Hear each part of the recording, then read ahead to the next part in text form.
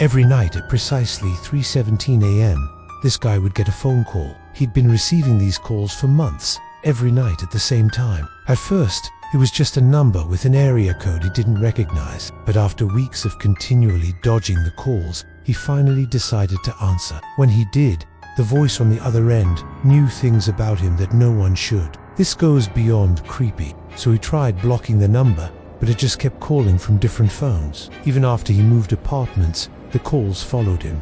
What the hell was going on here? Well, in today's video, we're gonna find out. But before we do, be sure to leave a like, consider subscribing, and let's get into it. So this story comes from a Reddit user. They were getting these calls every night at 3:17 a.m. from a number with an area code that was unfamiliar to him. The calls would come in and the caller ID would just say unknown. Since it was the middle of the night and the caller ID said unknown, he obviously didn't answer. He let the calls go to voicemail. Now, if you've ever checked your voicemail in the middle of the night, you know that the recorded message is almost always the same.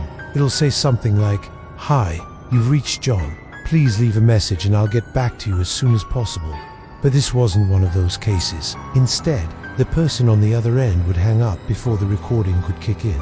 This happened every night for weeks, and he was starting to get really irritated, so he finally decided to answer the call. When he did, a voice on the other end said, "Hello, is this John?" Startled, he responded, "Yes, it is. Who's asking?" The voice said, "I'm sorry to bother you so late at night, but I need your help. Please come to the old Victorian house on Hemlock Street. Please hurry," and then hung up. He was confused, but figured it must have been a wrong number. But then the next night it happened again. Again, the call came in at 3:17 a.m., and again the voice said, "Hello, is this John?" This time he asked, "Who is this? How do you know my name?"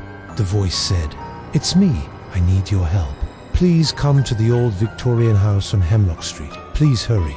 And again, the line went dead. It was clear that this person knew who he was, but clearly he didn't know them. So he decided to go to the police, but they told him there was nothing they could do. "If it's not happening right now, there's nothing we can do," the officers said. But he insisted that something needed to be done, because this was happening every single night. The voice was becoming more and more frantic, and he was tired of getting woken up. But the cops still weren't interested, so he went home and decided to answer the call.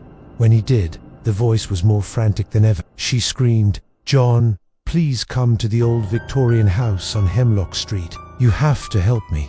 Hurry, please hurry." And then the line went dead.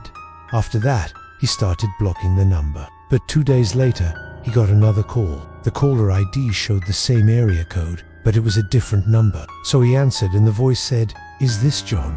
Please let me speak to John." When he said that he was John, the voice said, "Thank God I found you. Listen, I need your help. Come to the old Victorian house on Hemlock Street as fast as you can. Please hurry." And then the call ended.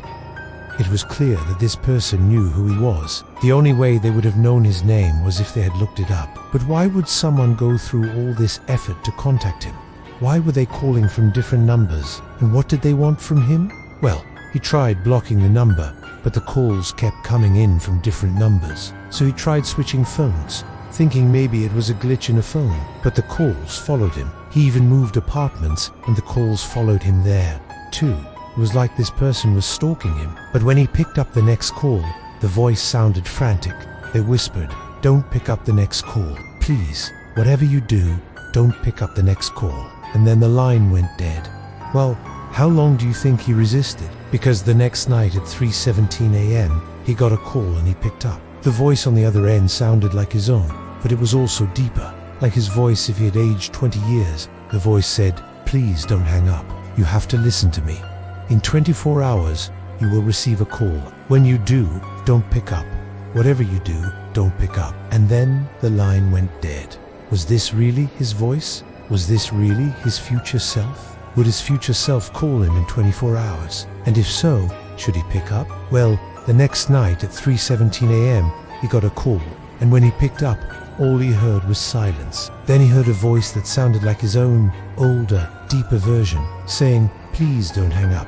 You have to listen to me. In 24 hours, you will receive a call. When you do, don't pick up. Whatever you do, don't pick up." And that was the last call he ever received. If you enjoyed this video, Stay tuned for more content.